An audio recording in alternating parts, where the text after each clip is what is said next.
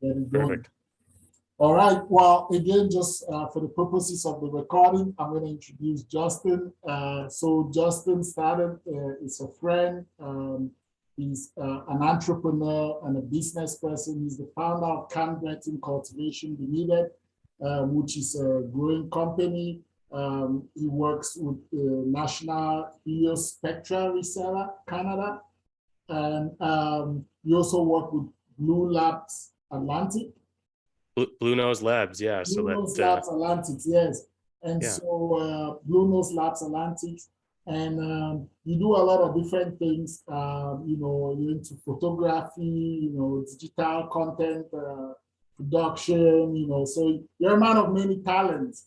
But today we're happy to have you, and it's perfect because we're going to be talking about, you know, your industry and your company and entrepreneurship and all the things that are tied to that. And exciting, you're attending a conference that's coming up.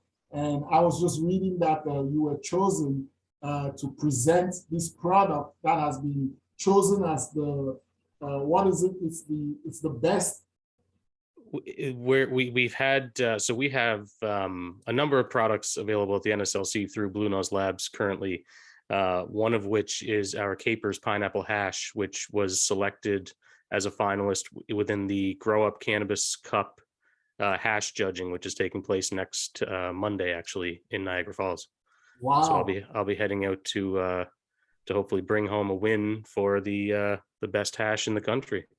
Well, my friend, we're giving you all of the blessings and sending you with all the positive vibes and good lucks. And I'm very hopeful that you will come back with that win, because Cannbreton deserves it, Nova Scotia deserves it, you deserve it, Blue Nose Labs deserves it, and Cannbreton deserves it. So that pineapple hash should be a hit at that conference.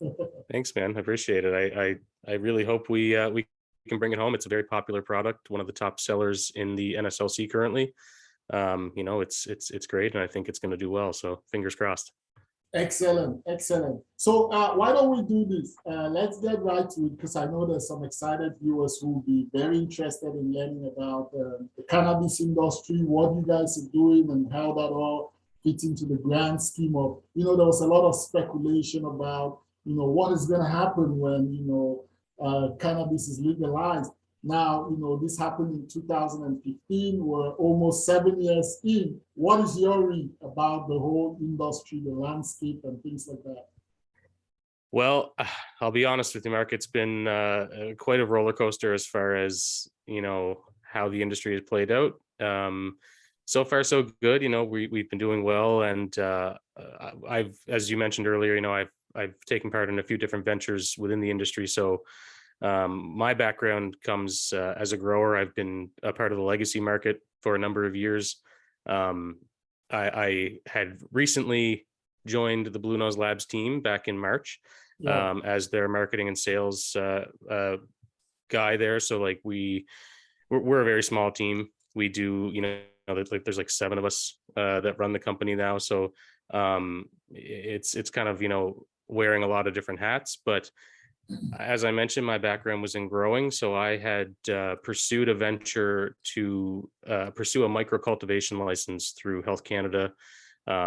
Unfortunately, COVID kind of threw a little bit of a wrench into my plans, as I'm sure a lot of people kind of went through, you know, unfortunately. But full steam ahead. I was able to, through that, you know, through those ups and downs, develop a relationship with not only Blue Nose Labs, but Helio Spectra, as you mentioned, which is a Swedish commercial LED company.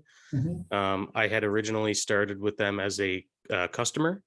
We developed such a good relationship that they had given me the opportunity to join the team as their reseller for the Maritimes. Mm. Great connections I was able to make through that relationship.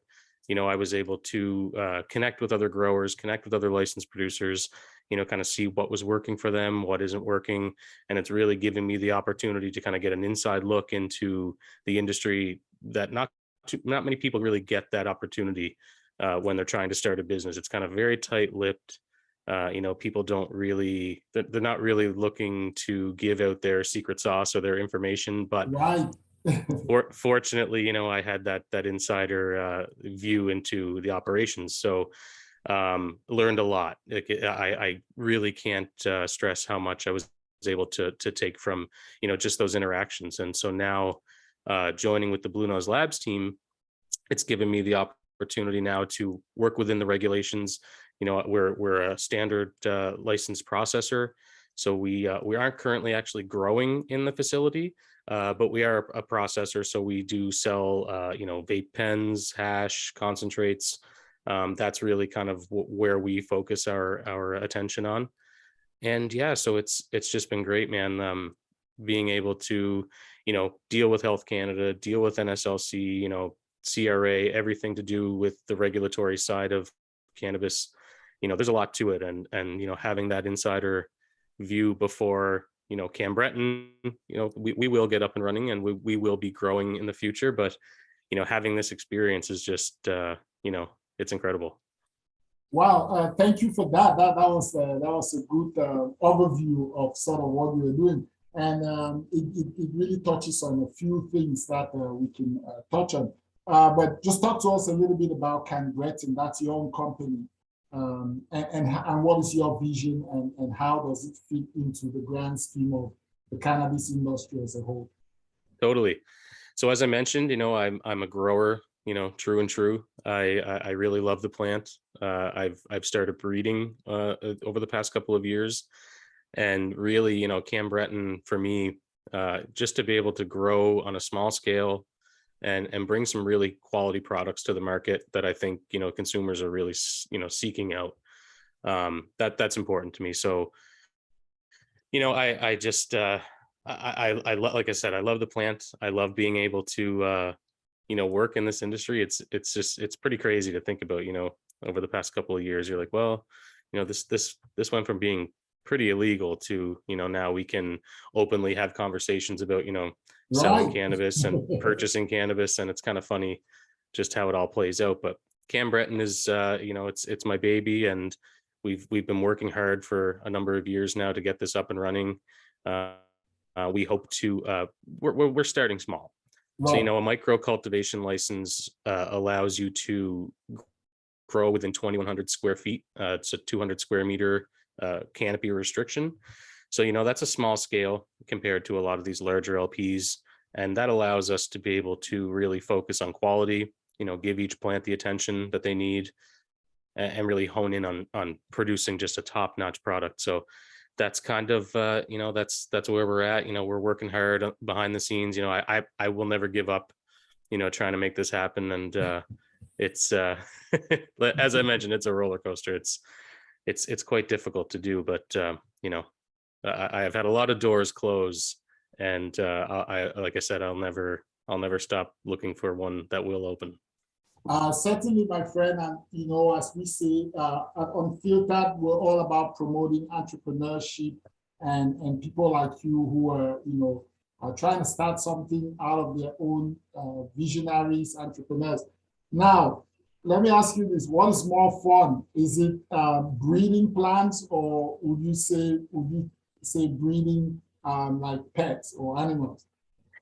Well, personally for me, it's going to be plants, but just being able to, I'm a big sensory, when it comes to taste and smell, Mhm. that's very important to me. And not that's one of the facets of quality is having a well-rounded product. So being able to look at different genetics and say, okay, not only are we looking for something that is going to be resistant to pests and diseases and molds, but we want to put some flavor profiles together, and we want to pull something unique and interesting. And that to me is super exciting to be able to say, I really like this genetic, it grew really well, tasted amazing. Let's see what we can do with if we put these two together. And it's a long process, Mark, to pull one genetic, breeding them together, you're looking at a couple of years before you can really have something that you can be proud of. So it's a lot of work, but very exciting. Wow, very interesting. So you're like the biologist, the chef, and also the marketer, right? Like you have all these different hats. It's yeah, you have to wear many hats. So who are what is your team composed of, like, at Cannbreton? Cannbreton, very small right now. It's only myself and one other person, and we primarily right now, because we're in such early stages, we're unable to grow other than medical licenses or through just the four-plant federal legal requirement or legal allotment.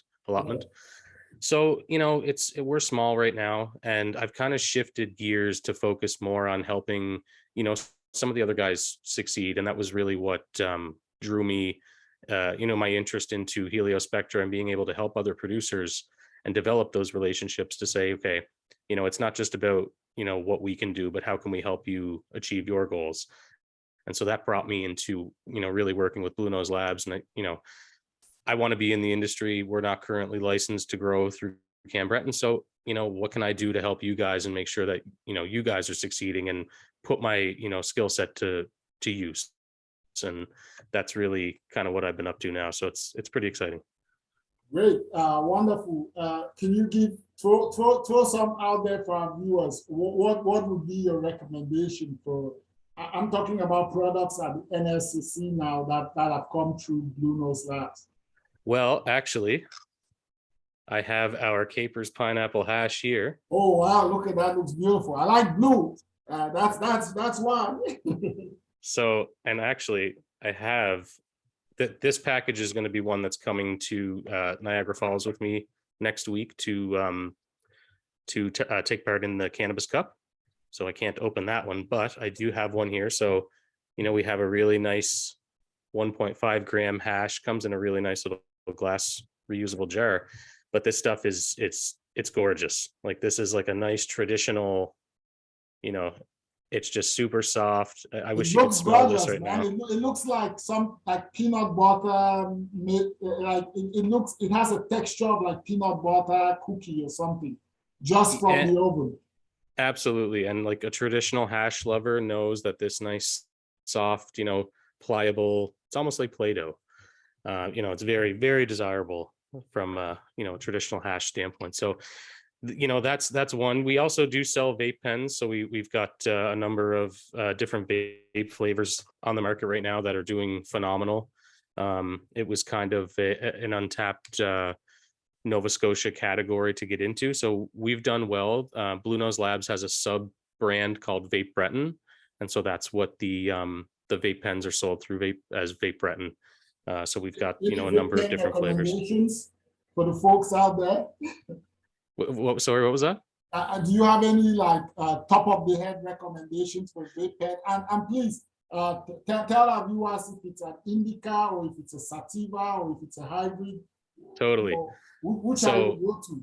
I'm into the grape flavor. It's called Cannbreton, which is funny, but it is an indica. It's a Kush vape. It does very well. That was one of the flagship flavors that were released through Blue Nose Labs. That one in an Islanders mint. The grape does so well. People love it, but we have released a number of new flavors. One in particular that it's just selling like crazy. And that's the raspberry lemonade.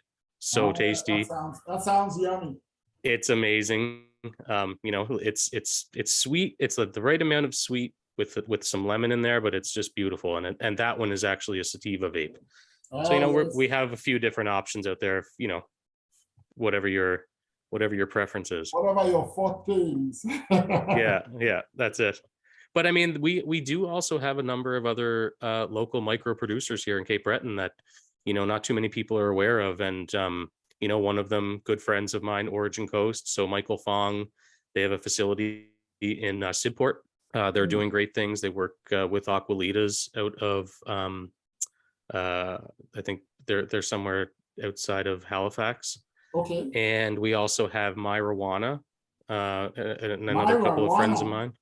Yep. So they're situated out on the Myra, right? Yeah. So, there's lots happening here, and not too many people really get the opportunity to, get a glimpse into what's going on, because, people, cannabis companies tend to kind of keep to themselves, but, we're very restricted when it comes to marketing in particular. So, it's a bit difficult to really get, yourself out there. So tell me about this whole idea of craft cannabis. How does it fit into all of what you're talking about? I get the sense that it's flowing from the craft beer sort of pathway industry around here, right? Absolutely. The craft cannabis model was literally built around the craft beer model, which is, it's the same thing, small batch, high quality, high attention to detail, and really selecting genetics that, maybe aren't available elsewhere, or proprietary genetics, as I mentioned, with breeding and things like that. But it's really, really just that small batch, high attention to detail, hang drying, hand trimming, not running your product through a machine that's going to, damage all of the trichome heads that you've spent, a couple of months to produce and really take care of. Yeah. So, it's really just that fine-tuned attention to detail, and, putting out a high quality product that you can be proud of. So do you foresee that, following in that model, that we're going to see at some point, maybe in the future, like a craft cannabis, sort of hangout spot where, instead of going for like craft beer, like you go down to one of the local craft beer brewers here, right? You Totally. go in there, you maybe have your assorted, choices, and then you can have one, and there's a smoke room. And do you think that's something that's in the future, or what? Absolutely. And it's already begun to take place now in a few other provinces. I know New Brunswick in particular has allowed for farm gate sales. So what that allows is a licensed producer is able to then sell directly from their facility, through a storefront. And, consumption lounges and things like that are a little bit further away. I think we probably will see them. And I know there are a few outdoor consumption lounges allowed in other provinces, but hopefully we do go that route. And I'm really hoping that Nova Scotia is one of the provinces that does allow for the direct sales, because it's working in other places. And I think that that's really, it's necessary for the small scale producer to be able to, handle their product sales directly. The NSLC is great to deal with. There's an excellent cannabis team there that they're very dedicated, and they're very, willing to work with producers. But being able to sell and, have your consumers come, and you actually know who you're selling your product to, and, you're able to see more statistics than just, sales numbers. You can see, okay, we start to get a feel for who our customers are, who our clients are, and then we can really tailor our products to meet their needs. And that's really, it will happen, but I'm excited for when it does. Well, I agree with you. I think it should happen sooner than later, because it's exactly what the craft beer model is, right? Like, you can run down to the brewery, and get a draft right off the tap, and it tastes a lot better. Yep. And you can also get products that they don't sell at the NSLC. The NSLC, right? You right. get an exclusive look at something, kind of unique, which is that's exciting. Right. And they also have like specialty products, and also like, they have opportunities to do little experiments. Like in the summer, they would have like a summer drink, which is just for the summer, right? So, and then for Christmas. So I think that'd be quite interesting. So in terms of this event that you are attending, tell me a little bit about it, and how you came to be the man. I know you are the man, but tell us a little backstory of how you came to be selected to go present this award-winning product. So I have attended one. So this is the event is Grow Up Conference, and it shifts around different places. So it's usually in Niagara Falls or in Vancouver Island. So I went last year, I think it was last November, as a Heliospectra was a sponsor for the conference.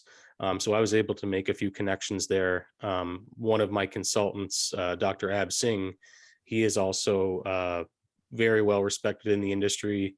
He speaks a lot. He's a soil, like living soil guru, I guess you could call him, when it comes to the biology and that sort of thing. And I have never heard that description, a living soil guru. Yeah, That's yeah, fantastic. he's the man for sure. But yeah, so I made some connections there, and I've actually assisted in me going to speak. I'm actually going to be moderating a panel discussion on the future of hash, which is exciting. But through those relationships, we were reached. The Grow Up reached out to us and said, we've heard good things about your Capers pineapple hash. We'd love to have it in the Cannabis Cup, and we were selected to bring the hash there to present for a blind testing. So there's going to be a number of judges, and we will, they'll sample our hash, and hopefully there are different categories, I should mention. Right. So there are the traditional hash, which is our Capers pineapple hash, is that traditional black hash. But there are like some live resin, different solventless extraction, different categories. So that this is exciting. There's not a ton of traditional black hashes on the market that really stand out, and I think we should do well. But Grow Up is it's an excellent conference, really grower focused. There's a lot of great workshops, a lot of great panels. I've made a tremendous amount of connections just going out to Grow Up last year, and really meeting people that, some of us have chatted online, especially with COVID, and Right. maybe for 1 to 2 years, we've been chatting, and then to go out and actually meet people was phenomenal. So that's the number one way this industry is so small, Mark. Like everybody knows everybody, and they know what everybody's up to, and so to go out and meet and collaborate and network, and it's just it's incredible. Excellent. Would you be bringing any other products for the ambience or for the side conversations, or is it only going to be pineapple hash that's going to be your main? That's all that's going to be in that magic suitcase. Well, there is the Grow Up does have an outdoor consumption lounge that will be probably pretty full, and I would say that I'm going to bring some of my my product, my homegrown testing. It's great feedback. So these genetics that I've been working on, to bring them to somewhere where there's experienced consumers and industry members that to get their feedback on what you've been working on is just phenomenal. So I will be bringing some of my my herb to share with the other patrons, and hopefully gain some positive feedback from. I wonder, I think it could be a really, I mean, I use the term loosely, a great icebreaker, but a great network glue, Yeah, absolutely. Absolutely. Yes. So it's great. No, I can't wait to head out, and like I said, hopefully bring home the win for the hash, because that's the reason why we're heading out. So you are into agriculture. Let's put it bluntly. Like you like farming because you don't get into this if you're not like an agricultural. So you were telling me about experimenting with other things, like you've grown some peppers and you're making some hot sauce. Yep. Which I should be making the hot sauce, but I appreciate it. So tell us a little bit about how you figured out that agriculture and this particular type of agriculture was your thing. Growing up in Cannbreton and just walk us through that. Yeah, I always joke that cannabis is the gateway to gardening, and I'm sure I'm not the only one that has ever said that, but it's totally true. And I would never ever have considered myself to be a farmer.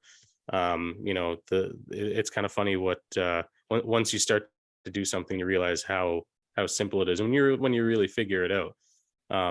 It sparked my interest so much. So I actually started growing. Oh geez, I want to say around 2004 or 2005, with my family lives just outside of Halifax, in the Lunenburg area, and there's a lot of guerrilla, legacy growers that come from that area that, I'm talking back in the day where you'd be skeptical, you'd be sketched out if you seen a helicopter flying by. Let's just put it that way. Yeah.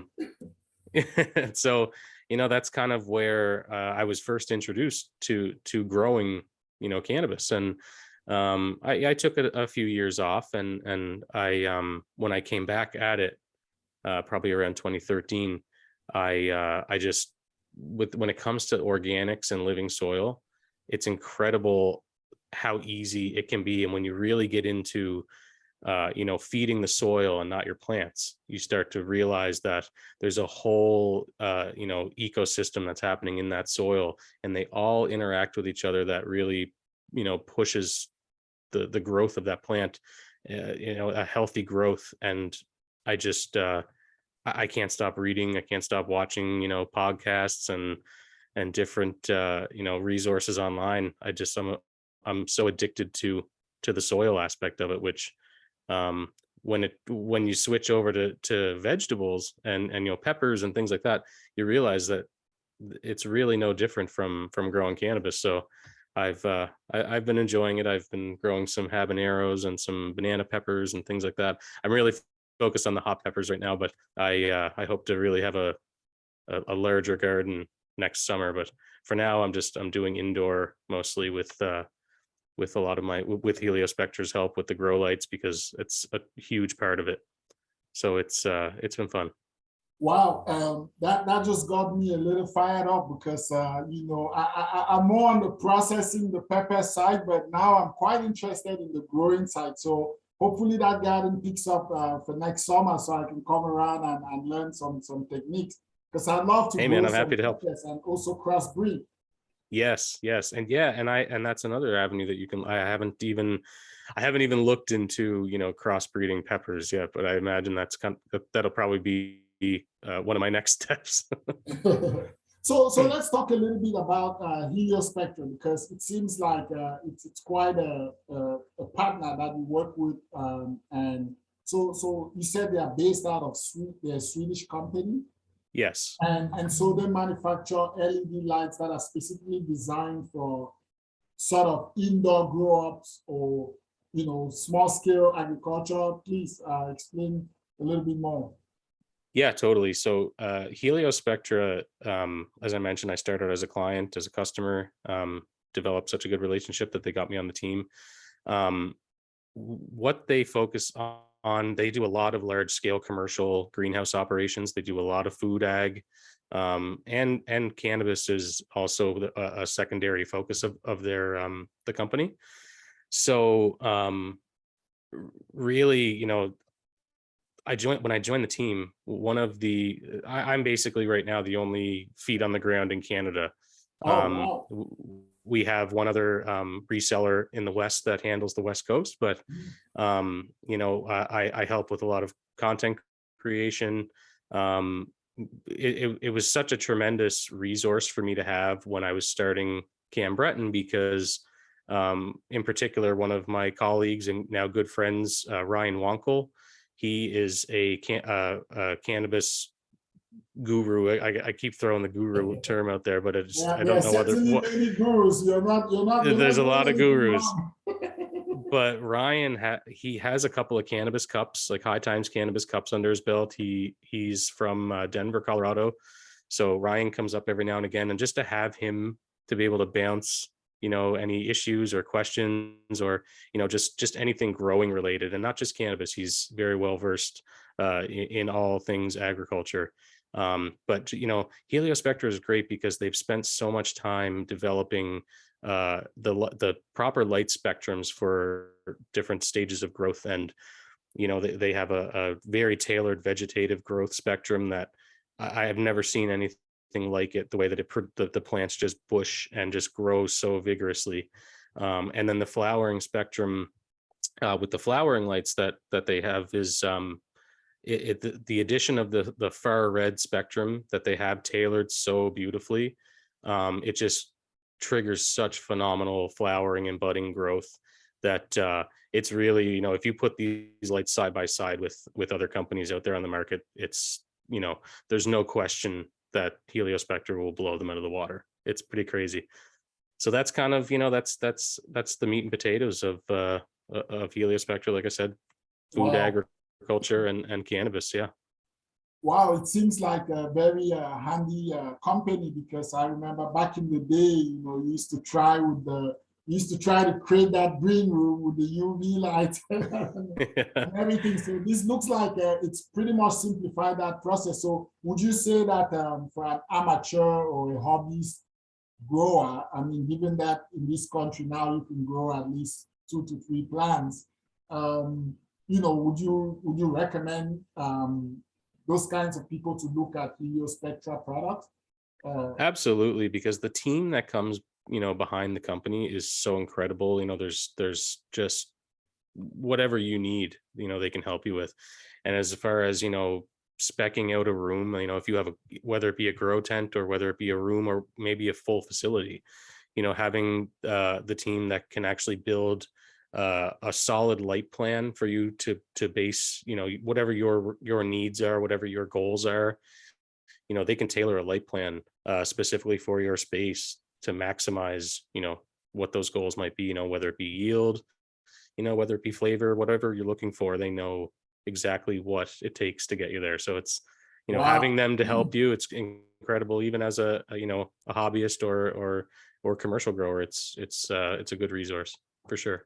Wow, incredible. So what about like, I'm just thinking about horticulturists, like so you said they are generally targeting people who are doing agriculture, particularly the type that revolves around greenhouse type growth. Yeah. So they deal with anything, not just cannabis, is that correct? Oh, absolutely. Yeah. Like, you know, ornamentals, tomatoes are a big one. You know, any light hungry plant is going to really benefit from these. They're, you know, they're powerful commercial lights, but like, as I mentioned, you know, they can be scaled down to use, you know, on a small scale as well. I mean, I have a couple of grow tents that, you know, I have some Heliospectra Mitra lights in, and, you know, they're pretty powerful, but, you know, you can dim them down and they do well. But yeah, so there's a lot of greenhouses in Europe that are really utilizing Heliospectra and getting amazing results, healthier plants, tastier vegetables. Like, you know, it's pretty crazy what that spectrum can actually do for your crops. Well, if you're joining us, if you're watching, this is a conversation with Justin Statton. He's an entrepreneur, founder of Cannbreton Limited. It's a cultivating company, and he partners and works with Blue Nose Atlantic. Very versed. We're talking about the cannabis industry and other related things associated to it. So this is a very interesting conversation. If you are, you know, somebody who participates in consumption of cannabis, there is a lot of knowledge being spilled here. So, Justin, generally, what is your outlook? What do you think the future of this industry is? Like, I mean, we started by talking about, we're 7 years in. What are your thoughts? But where do you see this going? Considering that a lot of the US states are now beginning to come to terms with legalization, just like Canada, and there's a lot of push for, you know, an outright legalization down south. How do you think that's going to affect, you know, Canada and companies like yours that are involved in the cultivation and marketing of these products? Yeah, I mean, you know, I think we're still a few years out before, you know, we really see the US. You know, there are a lot of states coming online, and I think it'd be great for us to be able to do business back and forth. And, you know, as I mentioned earlier, we are a small industry here in Canada, but it's a pretty small industry in the US as well. You know, all things considered. You know, we still you know, are connected with other entrepreneurs and other growers, other cannabis industry folks down in the States. I think for us in the future to be able to do business back and forth will be phenomenal. You know, a lot of people, they get a little hesitant and they think, well, you know, federal legalization, if that happens in the US, you know, what does that mean for the Canadian industry? But, you know, it's the demand is so high, and, you know, there will always be those kind of power players that, you know, and the power players might not necessarily be the large producers. You know, they're the people that are even on a small scale, you know, they also have a seat at the table. And I think, you know, it's really all going to come out in the wash, and the small scale growers are going to connect with other small scale growers that are doing it right. And I think that there's a real opportunity in the future for us to collaborate. But the Canadian industry is, as I mentioned, roller coaster. It's kind of, you hear a lot of news around the price per gram, and where the industry's going, and, oh well, there's the Canadian cannabis industry it's too volatile and it's not doing very well. But that it's not entirely true, actually. If you're actually in the front lines and you see what's happening, there's a lot of growth that is taking place. And I think that within the next couple of years we could we're going to see a lot of the smaller growers really kind of rise to the top. So would you say that for people who are looking at investing, I mean, I shared this episode to a Facebook group that I'm somewhat a part of, which is cannabis investment news and information. So is it trending that way? Should people be considering, sort of these small producers or growers, micro labs, as compared to the bigger companies? Because I think at the outset, everybody was investing in the bigger companies. Yeah. Then there were mergers, and some companies were going out and others were buying them up. So what is the right approach now, would you say, at least from your perspective? Yeah, totally. And there's certainly a lot of hesitance when it comes to investment within this industry because of how the initial legalization rolled out with as you mentioned, a lot of large investments, a lot of mergers. I think when it comes to the future of investment within the industry, there are some opportunities within the smaller growers that do want to remain private, aren't necessarily looking to take their companies public and sell shares. But as I mentioned earlier, starting small, low, slow, really taking your time. And as an investor, to look at some of the companies that they are taking their time. They're not looking at everything through rose-colored glasses and thinking, right, this is an industry that we can make a ton of money with. Don't get me wrong, there certainly is money to be made, but looking into companies that have small dedicated teams that are knowledgeable, they have experience with the product, that's tremendous. Because there's so many companies out there that they're being led by people that certainly don't consume cannabis, don't really know anything about it. They just know, maybe have a business background. But I think that the future really lies in really focusing on who the team is, who they are, what they're doing, and taking it slow. So that's a good tip. Very, very good tip. I like that. And I'm sure certainly some of our viewers who are looking at investing in this industry are also hearing you and appreciating that. Thank you so much for sharing. To all of our viewers, if you're joining us, we are having a conversation around the cannabis industry with my friend and entrepreneur, Justin Statton. He's the man. If you need to follow up after this episode to know more, if you're interested in sort of investing, if you're just interested in knowing more around the sort of grow part of the industry, if you want to take a trip to Cannbreton, beautiful Cannbreton, certainly you can, as he said, there are a lot of interesting little companies around here who are doing interesting work around cannabis. And we hope that as we go forward in this show, we're going to be able to have some of those folks come on at some point or visit at least their labs or their sites, just the parts that they can show us and see some of those products firsthand. Justin, it's been a great, great pleasure. Do you have any last words for our viewers? What do you want to leave with them? I was just thinking, it's unfortunate that we didn't get a chance to puff one up or to spark one up. We'll get to do that in the future, Mark, for sure. Definitely. But if you have any last words to leave with our viewers, that'd be fantastic. Totally. No, I appreciate you taking the time to get me on here. I love to talk all things cannabis. I could probably talk all day about the plant and everything around it, the industry. But just check out some of Blue Nose Labs' products, NSLC cannabis locations across the province. Vapes. We've got the Capers pineapple hash. We also have a Capers hash coin that is stamped with a Blue Nose logo on there, which is really cool. Yeah, but I mean, I can't wait to get out to grow up and hopefully bring home that win. You can look at me up on Instagram at Statton's World on there, or at Blue Nose Labs. We're always posting different content and things like that. So I'd love to chat. Reach out to me anytime. Justin at bluenoselabs.com is my email address if anybody wants to chat. I love meeting people. I love chatting. So hit me up. Hey, and another reason for hitting him up is that he's just an all-around great guy. Listen, as you were talking, one thought came into my head, and I couldn't help but ask you before I let you go. Is there any thoughts about some kind of edibles for Blue Nose Labs or Cannbreton? Are you guys gonna dabble in that? Well, what's the word? Well, I can say I'm sure you're very familiar with the NDA.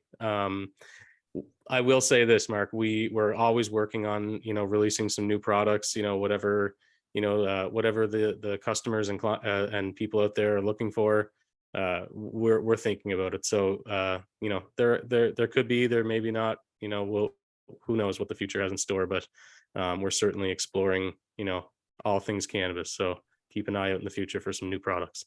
Well, that's a great way to end the segment, is to keep an eye out. You never know what might be out there that you would enjoy. So I certainly will be keeping an eye out. Thank you so much for taking the time on this day of rest and relaxation to come and talk about the world of cannabis. I really enjoyed the conversation, and I've learned quite a bit. And I'm hoping our viewers learned a lot and enjoyed it. Certainly after this, I'm sure there will be a lot of people sparking up or vaping one. So thank you so much, Justin. Thanks, Mark. I appreciate it. And we'll stay in touch. And like you said, hopefully we can get you in for a little tour at the facility. I would love that. And certainly we would love that on Unfiltered. So thank you. Thank you to all of our viewers for joining us on this wonderful Labor Day. My guest has been Justin Statton. He's founder of Cannbreton Cultivation Limited, and we've been talking about the cannabis industry and what the trends are and what to look out for. If you missed the episode, you can watch it on YouTube. You can follow Justin at Statton's World on is that Instagram. He's also on LinkedIn. You can find the man. At Blue Nose Labs, and please, if you can, support the Grow Up conference, which is coming up. I think it's in Ottawa, Niagara Falls, September 12th. And also send him all the best of luck, because we want him to bring home that win at the end of that contest. Thank you to everybody who's joined us this evening. Look out. Again, this is Unfiltered. We are restarting.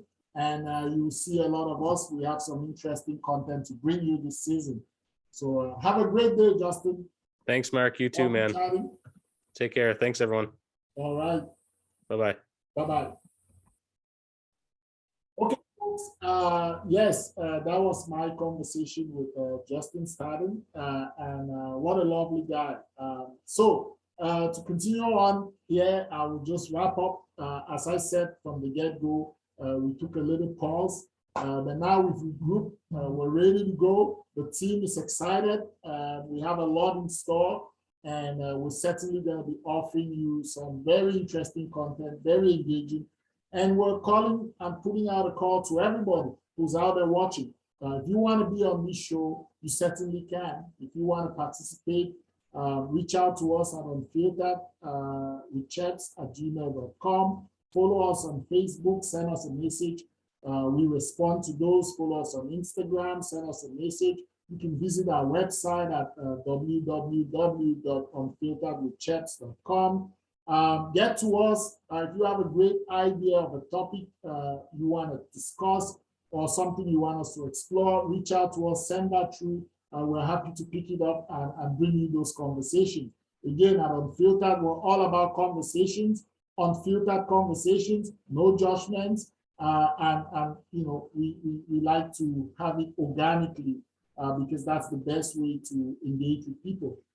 So join us if you can, share if you can, and look out for what we have coming up.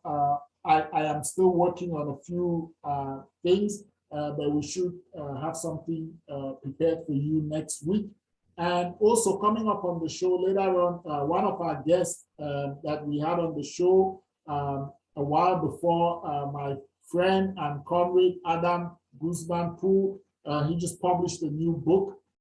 It's on love and on all the finer things in the world. So we will be having Adam here, and we will talk about his new book and talk about love. I mean, all through the pandemic, we talked about caring for each other, showing love, showing appreciation. And as we're moving away, I dare say, as we're moving away from the pandemic, it is important that we keep these things that we talked about throughout the pandemic, we keep them going so that it's not just a foregone story or foregone thought, but something that we continue to build upon and improve, because, hey, our world needs a lot of that. So I leave you with, have a blessed Labor Day. Have a great evening, and thank you for joining me today. It has been a great pleasure. Bye-bye for now, and see you next time.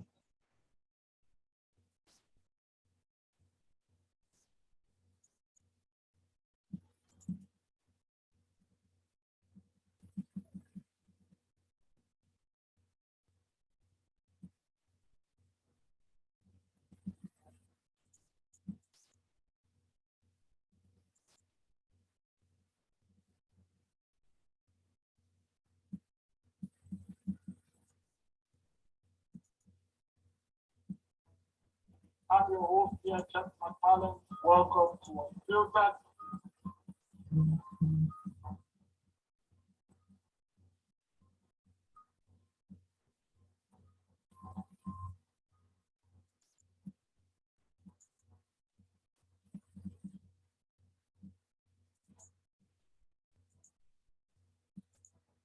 I'm your host here, Justin Statton. Welcome to Unfiltered.